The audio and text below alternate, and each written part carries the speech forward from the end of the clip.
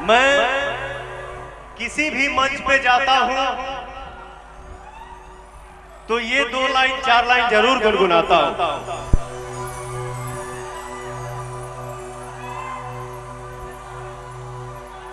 और अच्छे संगीत को कहीं भी प्रस्तुत किया जा सकता है। क्या हो भैया?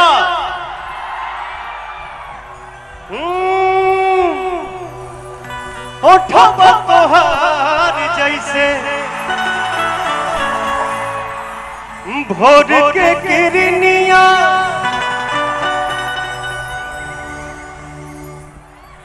मुझे अपने संगीत की दुनिया में सबसे ज्यादा सुकून, सबसे ज्यादा खुशी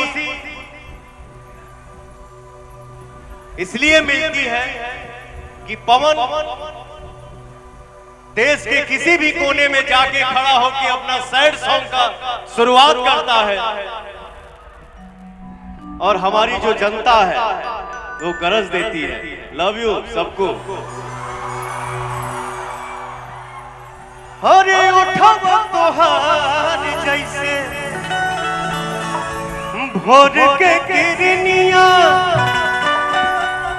अखिया में प्यार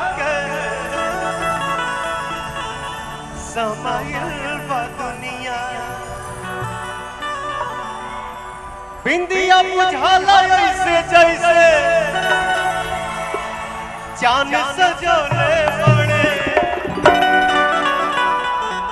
भगवान बड़ी फुर्सत से आप सबके बनौले बड़े भगवान बड़ी फुर्सत से आप सबके बनौले बड़े।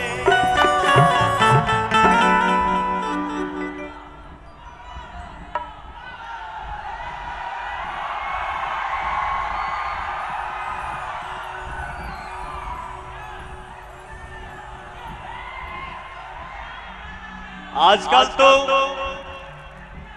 डिजिटल दुनिया हो गई है, घर घर में यूट्यूब चैनल हो गई बा।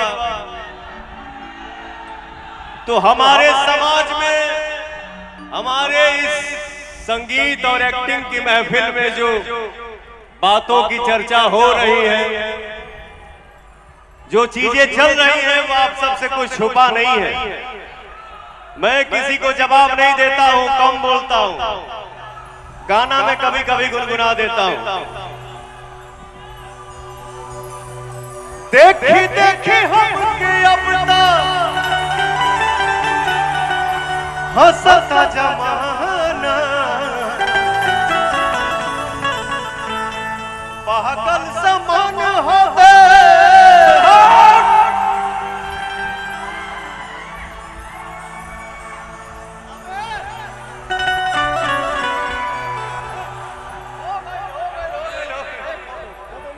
बेटा। आराम से आराम से आराम से।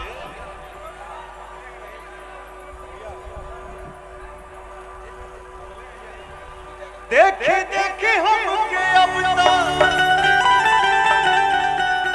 यही तो प्यार है। बोला कंवरिया बोल बोल। देखे देखे हमके अपना हंसता जमाना,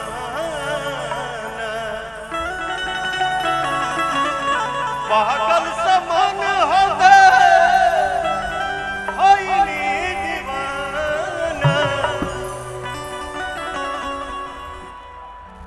केहू के रोवावल, केहू के रोवावल बहुत बात नहीं खे,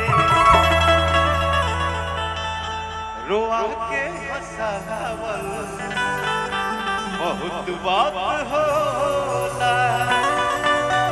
प्रेम से बोलिए बाबा भगेश्वर नाथ की, शंकर भगवान की। बोलिए दिल से। एक बार दिल से बोलिए भारत माता की। जियो, लव यू।